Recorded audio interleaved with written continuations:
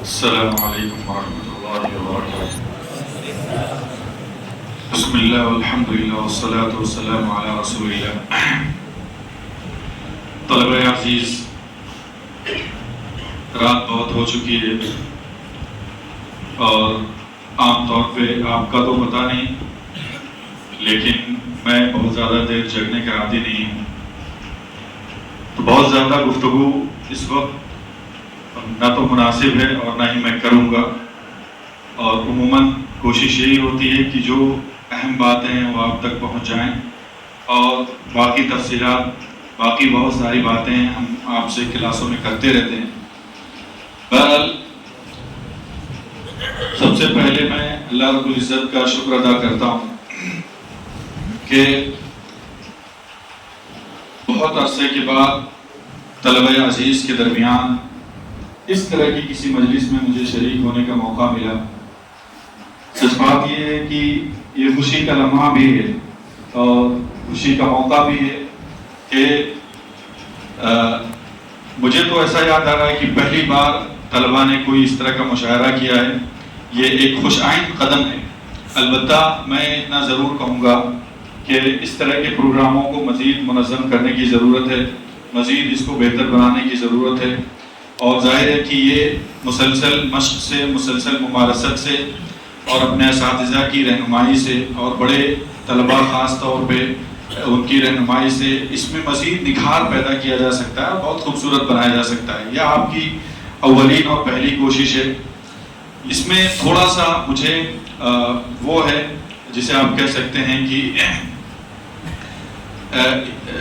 اظہار شکوہ کہہ سکتے ہیں اسے، اپنوں سے ہی شکوہ ہوتا ہے، اپنوں سے باتیں ہوتی ہیں۔ وہ یہ ہے کہ آپ کی جن طلباء نے بہت اچھا کلام پیش کیا، خاص طور پہ میں ابھی شیخ محمد صاحب نے 2 نام لیے، وہی 2 نام میں بھی لینا چاہتا ہوں، عزیزم فرحان ظفر اور عزیزم مفیض الرحمان سلم اللہ کا۔ خاص طور پہ میں 2 نام لینا چاہتا ہوں، اس لیے یہ نام لینا چاہتا ہوں کیونکہ ان بچوں نے اپنا کلام پیش کیا اور بہت ہی معیاری کلام پیش کیا۔ میں یہ سمجھتا ہوں کہ یہ ایک طرح سے محفل کی ایک جان تھے یہ دونوں، اور ان دونوں نے بہت اچھا کلام پیش کیا، اور اس لیے اچھا کلام پیش کیا کیونکہ ان دونوں نے اپنا کلام پیش کیا۔ تو یہ آپ کے مشاعرے کی یا آپ کی مجلس کی یا آپ کے ادبی پروگرام کی یہ بنیاد ہوتی ہے کہ کوئی اپنا کلام پیش کرے۔ ایک بات تو یہ میں عرض کرنا چاہتا تھا، اور دوسری بات میں یہ کہنا چاہتا ہوں کہ جن طلباء نے خاص طور دیکھیں یہ جو پروگرام ہوتے ہیں یا اس طرح کی جو ادبی مجلسیں ہوتی ہیں، بنیادی ان کے مقاصد کیا ہیں کہ آپ کے اندر ادبی ذوق پیدا ہو، آپ کے اندر شعری ذوق پیدا ہو، آپ کے اندر شعری اٹھان کا حوصلہ پیدا ہو کہ آپ کسی مجلس میں رہیں یا کسی کے ساتھ اٹھے بیٹھیں، اپنی تحریروں میں آپ اشعار کا استعمال کریں تو برمحل اور اچھے قسم کے اشعار کا انتخاب کر سکیں۔ تو دوسری اہم بات یہ ہے کہ انتخاب بہت ہی اعلیٰ اور بنیادی ہونا چاہیے۔ جن طلباء نے انتخاب کیا تو مجھے یعنی کہنے دیجئے کہ علامہ اقبال کے اشعار جو مشہور اشعار تھے وہ تو پڑھے گئے، لیکن اچھے اشعار بھی بہت سارے ہو سکتے تھے۔ غالب کے اشعار پڑھ سکتے تھے آپ، ہر ایک بات میں کہتے ہو تم کی تو کیا ہے، تم ہی کہو کہ انداز گفتگو کیا ہے، رگوں میں دوڑتے رہنے کے ہم نہیں قائل، رگوں میں دوڑتے رہنے کے ہم نہیں قائل، جب آنکھی سے ٹپکے تو پھر لہو کیا ہے۔ تو یہ غالب کے اشعار، میر تقی میر کے اشعار، مومن خواہ مومن کے اشعار، تم میرے پاس ہوتے ہو گویا جب کوئی دوسرا نہیں ہوتا۔ تو یہ پرانے جو شعراء تھے ان کے اشعار کا آپ نے انتخاب نہیں کیا، اس کا بھی انتخاب ہونا چاہیے۔ دیکھیے یہ جو ہنسنے اور ہنسی مذاق کی جو مجلسیں ہوتی ہیں ان کو آپ اپنے ساتھ رکھیں، یعنی خود جب اساتذہ نہ رہیں اور خاص طور پہ آپ کے جو بڑے ہیں وہ نہ رہیں تو آپ ہنسنے کی مجلسیں خوب کیجئے، اس میں کوئی مسئلہ نہیں۔ مجھے کوئی اعتراض آپ کے ہنسنے پر نہیں ہے، نہ کوئی اعتراض آپ کے بہت زیادہ یعنی خوشی کے اظہار پہ یا داد دینے پر ہے۔ مجھے اعتراض یہ ہے، بس میں یہ کہنا چاہتا ہوں، اعتراض بھی نہیں ہے، آپ اس کو چھوڑ دیجئے، بس میں یہ کہنا چاہتا ہوں کہ دوسری بات کی بنیادی طور پہ انتخاب بہت اچھا ہونا چاہیے، اور بڑے شعراء کا انتخاب کیجئے آپ جب بھی کریں۔ ابھی عزیزم عرفان سلموں نے پڑھا، بہت یعنی اچھا کلام پڑھا، دور حاضر کا کہ جو ابھرتے ہوئے شعراء ہیں، رحمان فارس، یہ سب اچھے شعراء ہیں۔ ان کا کلام انہوں نے سنا، اچھا کلام سنایا، رنگ و رس کی حوث، اور آپ لوگ انہیں واپس کرتے رنگ و رس کی حوث اور بس مسئلہ دسترس اور بس، یوں بنی ہیں رگیں جسم کی، ایک نس ٹس سے مس اور بس. آپ دیکھیے کتنا اونچا کلام ہے اور کتنا زوردار کلام ہے. یہاں پہ آپ کی آوازیں نہیں نکل رہی تھی. یعنی اتنا اونچا کلام پڑھا جائے اور اتنے اعلیٰ معیار کا کلام پڑھا جائے، اور آپ کو وہی بس جو نبی سلموں نے کہا کہ آپ یہاں پہ مجھے لگتا ہے سب کے سب مجنو بیٹھے ہوئے ہیں. تو بالکل وہ بات ایک دم ٹھیک ہے. مجنو آپ بنیے، عاشق بنیے آپ، لیکن اپنے مقصد کے حصول میں عاشق بنیے. مجنو بنیے، دیوانہ بنیے، لیکن اپنے مقصد کے حصول کے لیے آپ دیوانہ بنیے، کیونکہ عشق کے بغیر کچھ ہونے والا نہیں. نہ وہ حسن میں رہی گرمیاں، نہ وہ عشق میں رہی شوخیاں، نہ وہ غزنوی میں تڑپ رہی، نہ وہ خم زلف ایاز میں. تو جب تک کہ حسن و عشق کی بات نہ ہو، یعنی آپ کے مقصد اور آپ کی منزل کو پانے کا حسن، آپ کے منزل کو پانے کا جنون، یہ جب تک نہیں ہوتا ہے. اسی طرح سے دور حاضر کے بہت سے شعراء ہیں، ان کا کلام آنا چاہیے تھا. اگر انتخاب آپ کر رہے ہیں تو ان کا بھی کلام آنا چاہیے تھا. تو ان کا کلام آپ نے پیش نہیں کیا. بہت سے بچے، جیسے مثال کے طور پہ دور حاضر کا مفیض الرحمان صلی اللہ علیہ وسلم نے بہت جو ہے اس میں اشعار پڑھے احمد فراز کے. دیکھیے احمد فراز بہت بڑا نام ہے، بلکہ میں سمجھتا ہوں کہ عہد حاضر کا سب سے بڑا نام ہے احمد فراز. احمد فراز سے بڑا کوئی نام میری نظر میں نہیں. احمد فراز سلسلے توڑ گیا وہ سبھی جاتے جاتے، ورنہ اتنا تو تعلق تھا کہ آتے جاتے. یہ سب کلام جو احمد فراز کے ہیں، اس طرح کے کلام آپ سنائیے. انہوں نے سنایا اور بھی بچوں نے. تو احمد فراز ہے، پروین شاکر ہے. اسی طرح سے ہندوستان کے شعراء میں بشیر بدر کا کسی نے کوئی کلام نہیں پڑھا. آپ بتائیں. راحت اندوری، ٹھیک ہے، راحت اندوری کا وہ ایک شعر بڑا مشہور ہے، لگے گی آپ تو آئیں گے گھر سے کئی زد میں، یہاں پہ صرف ہمارا مکان. تھوڑی یہ اچھا کلام ہے، اور بھی اس کے اچھے اچھے کلام ہیں. میں وہ نہیں کہتا منور رانا کا شعر نہیں پڑھا گیا، منور رانا بھی اس پائے کا اچھا شاعر ہے. بشیر بدر کا خاص طور پہ پڑھنا چاہیے تھا. کوئی ہاتھ بھی نہ ملائے گا جو گلے ملو گے تپاک سے، یہ نئے مزاج کا شعر ہے، یہاں فاصلوں سے ملا کرو. یہ اور اس کی پوری غزل بہت ہی اچھی اور اعلیٰ معیاری غزل ہے. تو اس طرح کے دور حاضر کے جو شعراء ہیں، ان شعراء کو بھی خاص طور پہ آپ پڑھیے، دیکھیے، سنیے. اور صرف سنیے نہیں بلکہ پڑھیے بھی. خاص طور پہ میں کہتا ہوں کہ منور رانا نے جو نثری کلام کیا لکھا ہے، یعنی نثر میں جو چیزیں لکھی اس کو پڑھیے. آپ دیکھیے کتنا زوردار ہے وہ بندہ. تو عصر حاضر کے بھی شعراء جو ہیں ان کو بھی دیکھیے، پڑھیے، اور اپنے اندر ذوق پیدا کیجیے. یہ جو آپ اپنا عشق و جنون والی وہ بھی ایک دم بالکل تھرڈ کلاس کی شاعری سے چھوڑ دیجیے. اس کا دور نہیں ہے یہ، نہ اس کی کوئی ضرورت ہے. بس آپ اپنے آپ میں مجلسوں میں پڑھ کر کے آپ خوش ہو لیجیے، وہ ٹھیک ٹھاک ہے، کوئی مسئلہ نہیں. اور عجیب بات یہ ہے کہ طلبہ جب اچھی شاعری کر رہے تھے تو آپ لوگ اتنی زیادہ داد نہیں دے رہے تھے. جو الٹی سیدھی شاعری کر رہا تھا اس کے لیے، الٹی سیدھی کا مطلب، میرا مطلب یہ ہے کہ سبھی طلبہ نے اپنے حساب سے، اپنی سوچ اور اپنی فکر کے حساب سے ہنسانے کے لیے بھی کچھ باتیں آئیں. میں کسی پر کوئی نقد نہیں کر رہا ہوں، بس یہ سمجھنے کی مجلس ہے اور سمجھانے کی مجلس ہے. تو وہ بھی ایک آدھ دو طلبہ ایسے ہونے چاہیے جیسے آپ مجلس میں ہنسی مذاق کی باتیں ہوں اور جان پڑ جائے، وہ ایک الگ مسئلہ ہے. جیسے پاپولر میرٹھی، وہ ہنسانے والا شاعر ہے، وہ بھی مجلس میں ہوتا ہے کبھی کبھی. تو مشاعرے میں یا پروگرام میں اس طرح کے لوگ ہونے چاہیے، لیکن مسلسل اس طرح کے لوگ نہ ہوں، یعنی سارے لوگ اسی طرح کے بن جائیں. یہ ایک قابل اعتراض بات ہے. تو اچھا انتخاب ہونا چاہیے. آپ کی شاعری کوشش کیجیے، اگر شاعری کر سکتے ہیں تو کیجیے، ورنہ اتنی ضروری چیز نہیں شاعری. آپ کا باذوق ہونا یہ ضروری ہے، شاعر ہونا یہ ضروری نہیں ہے. آپ ہر بندہ شاعر بن جائے، ہر بندہ ادیب ہر بندہ شاعر بن جائے، شعر کہنے لگے، یہ ضروری نہیں. لیکن آپ کا باذوق ہونا ضروری ہے. میں اس مولوی کو مولوی سمجھتا نہیں ہوں جو باذوق نہ ہو. باذوق ہونے کا مطلب یہ ہے کہ آپ کے سامنے اقبال کا شعر پڑھا جائے تو آپ کا دل پکار اٹھے کہ اقبال کا ہے. آپ کے سامنے میر تقی میر کی غزل پڑھی جائے، آپ کا دل پکار اٹھے کہ یہ میر تقی میر کی غزل ہے. غالب کے اشعار پڑھے جائیں، آپ پکار اٹھیں کہ تو غالب پڑھ رہا ہے. تو آپ، یہ ذوق ہے. ذوق اسے کہتے ہیں کہ آپ کا مطالعہ اتنا وسیع ہو، شاعری پر آپ کی نظر ہو، نثر پر آپ کی نظر ہو، کلام پر آپ کی نظر ہو، قدیم شعر و شاعری پر نظر ہو، جدید شعر و شاعری پر نظر ہو. تو آپ کی نظر اتنی اچھی ہو کہ لوگ آپ کو سنتے یہ سمجھ جائیں بہت باذوق بندہ ہے. اور ایک عالم دین، ہم نے اظہری صاحب رحمۃ اللہ علیہ کو دیکھا، ایک بار آپ خطبہ دے رہے تھے تو اسی دوران کسی بات پہ آپ نے کہا ڈاکٹر مقتدی حسن اظہری رحمۃ اللہ علیہ. جب میں اظہری نام لیتا ہوں رحمۃ اللہ علیہ کے ساتھ تو وہی مراد ہوتے ہیں. تو بہت ہی عظیم عالم دین تھے اور زبان و ادب سے بھی بڑا گہرا تعلق تھا. تو ایک بار آپ خطبہ دے رہے تھے، کہا کہ جو شاخ نازک پہ آشیانہ بنے گا نا پائیدار ہوگا.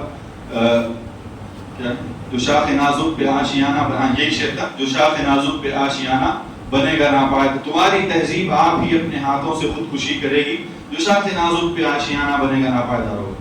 تو اس طرح کے اقبال کے کلام وہ درمیان میں پڑھتے رہتے تھے، اور میں سمجھتا ہوں کہ پرانے جتنے علماء تھے سب کے وہاں اس طرح کی چیزیں ملتی تھی، مولانا ثناء اللہ بصری رحمۃ اللہ علیہ، اور آپ اور پرانا چاہیے اور پہلے دیکھیے تو آپ یہ دیکھیے کہ حافظ بن حجر رحمۃ اللہ علیہ صاحب دیوان شاعر تھے، یعنی آپ کا پورا دیوان موجود ہے، امام شافعی رحمۃ اللہ علیہ کا پورا دیوان موجود ہے۔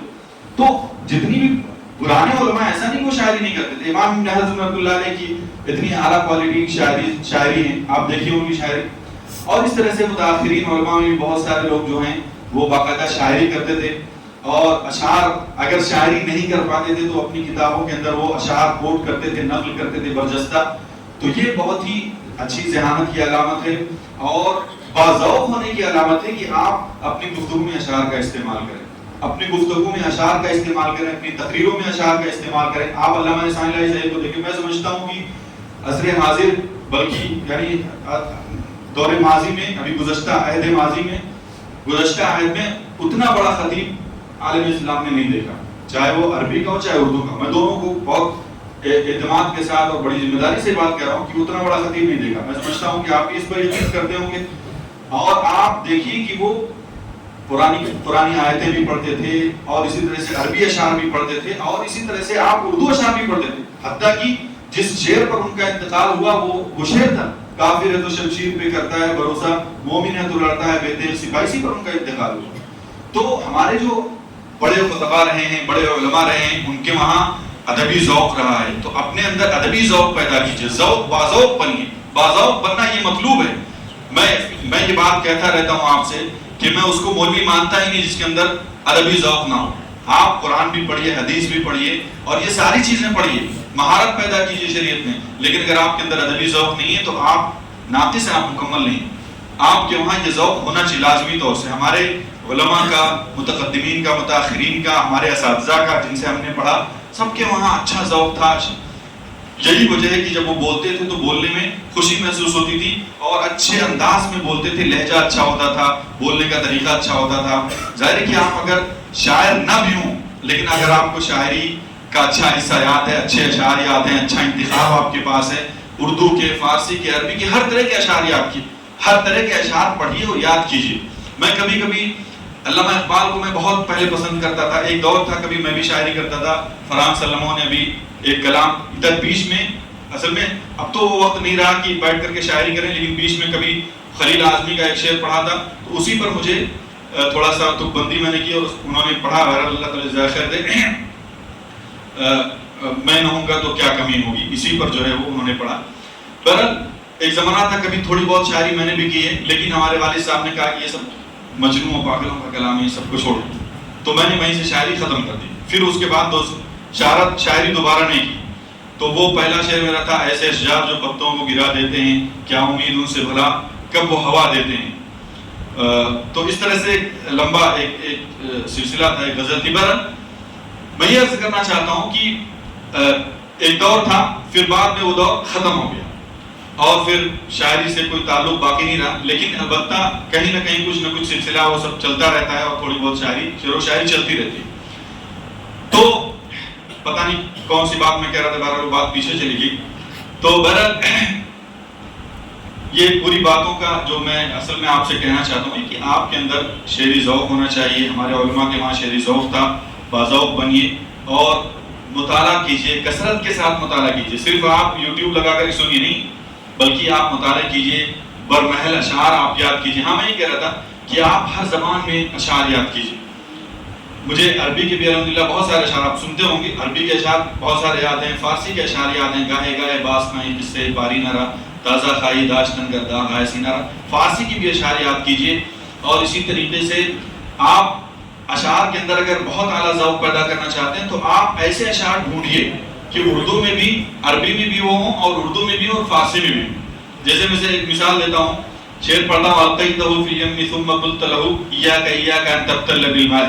اس کو ٹھیک اسی شعر کو فارسی شاعر نے کہا ہے، درمیانے قعر دریا تختہ بندم کر دئی، درمیانے قعر دریا تختہ بندم کر دئی، باز می گوئی کہ دامن تر مکن ہوشیار باش۔ ٹھیک ہے, دریا میں دھکا دینے کے بعد اس نے کہا کہ دیکھو کہیں بھیگ نہ جانا. تو یہ دیکھیے, اچھا ایک دم سیم وہی مضمون فارسی میں بھی ہے اور بالکل وہی مضمون اردو میں بھی, عربی میں بھی. تو اس طرح کے اشعار آپ ڈھونڈ کر کے آپ لکھیے اور یاد کیجئے, اور اس طرح کے اشعار کے مجموعے سے آپ کے اعلیٰ ذوق ہونے کا پتہ چلے گا. تو بہرحال بہت ساری باتیں, ابھی دیر ہو گئی, بہت ساری باتیں آپ سے میں کبھی اور کر لوں گا انشاءاللہ, اور ہوتی رہیں گی باتیں.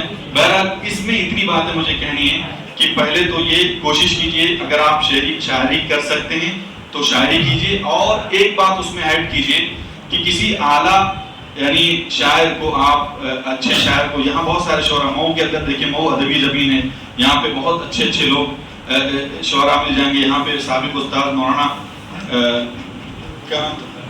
شیخ عبد الغنی صاحب بہت اعلیٰ کوالٹی کے شاعر, جو آپ پڑھتے ہیں یہی وہ فیض عام ہے, ترانہ انہیں کا لکھا ہوا. عربی و فارسی اردو کے شاعر ہیں, اچھے شاعر ہیں, اور بھی ان کے علاوہ بھی اچھے شعراء ہیں. ان سے آپ صلاح لیجئے, ان سے آپ اصلاح لیجئے. تو یہ بہت بنیادی چیز ہے. اور اسی طرح سے جب انتخاب کریں تو اچھے اشعار کا انتخاب کریں.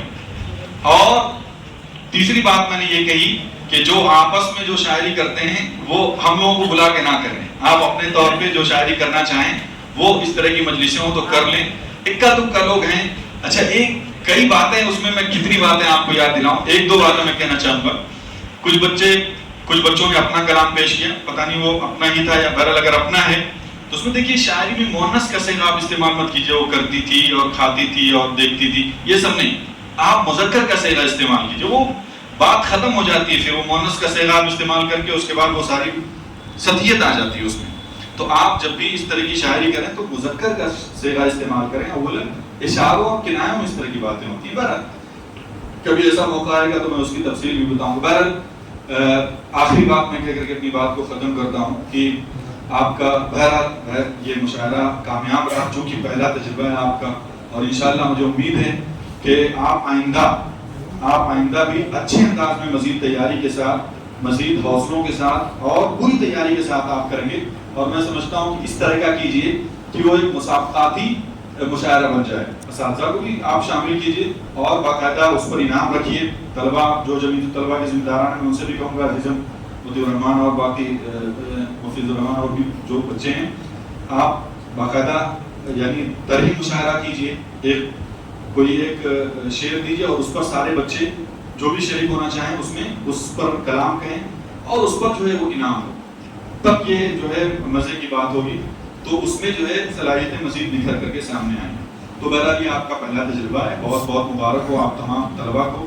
البتہ شیخ محمد حفظ اللہ نے جو باتیں کہیں اس کی طرف بھی آپ توجہ کیجیے کہ تھوڑا سا شائستگی ہونی چاہیے اور مجلس ہنسی مذاق بھی ہونا چاہیے اور داد بھی دیجیے اچھے انداز میں. تھوڑا سا اس کے لیے آپ یعنی اپنے آپ کو تھوڑا سا سنبھالیے. اس وقت خون بہت گرم ہوتا ہے اور اس طرح کے شعر پر سیدھے جو ہے دماغ میں پہنچ جاتا ہے جہاں پہ نہیں پہنچنا چاہیے. تو اس کے لیے آپ جو ہے تھوڑا سا اپنے آپ پر کنٹرول رکھیں. انشاءاللہ یہ بہت اچھا ہو جائے گا. بہت اچھا مشاعرہ آپ کرائیں انشاءاللہ. اور آئندہ میں امید کرتا ہوں کہ آئندہ بہتر سے بہتر ہوتا رہے گا. اور اس طرح جیسے میں نے یہ کہا مسابقاتی مشاعرہ اور الگ الگ طرح کا مشاعرہ آپ کرتے رہیے. انشاءاللہ اللہ تعالیٰ آپ کو اس سلسلے میں مزید توفیق دیتا رہے گا. اور یہی آپ سے آخری گزارش ہے کہ اپنے اندر ادبی ذوق پیدا کیجیے. یہ میرا مکمل پیغام ہے. اور اس پیغام کے پیچھے جو کچھ بھی میں نے کہا وہ ساری چیزیں وہ موجود ہیں. میں اقبال کے کچھ اشعار کے ساتھ جو مجھے بہت پسند ہیں, میں کبھی کبھی بہت پڑھتا تھا اور میں وہ بات کہنا بھول گیا کہ ایک دور تھا کبھی کبھی میں اس کو جیسے تلاوت کرتے ہیں ویسے کرتا تھا. خاص طور پہ تصویر درد کو میں بہت پڑھتا تھا. نہیں منت کشے تابے شنیدن داستان میری, خاموشی گفتگو ہے بے زبانی ہے زباں میری, یہ دستور زباں بندی ہے کیسا تیری محفل میں, یہاں تو بات کرنے کو ترستی ہے زباں میری. اڑائے کچھ ورق لالے نے کچھ نرگس نے کچھ گل نے, چمن میں ہر طرف بکھری ہوئی ہے داستان میری. میرا رونا نہیں رونا ہے یہ سارے گلستاں کا, سراپا درد ہوں حسرت بھری ہے داستان میری.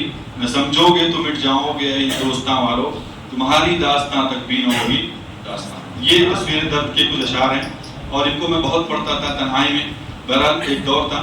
آپ سے بھی گزارش ہے کہ اعلیٰ بڑے شعراء کا انتخاب کریں اور اسی طرح سے ادبی مطالعہ اپنا جاری رکھیں. اللہ تعالیٰ ہم سب کو اس بات کی توفیق عطا فرمائے. اقول قولی هذا واستغفر الله لي ولكم ولسائر المسلمين من كل ذنب فاستغفروه انه هو الغفور الرحيم.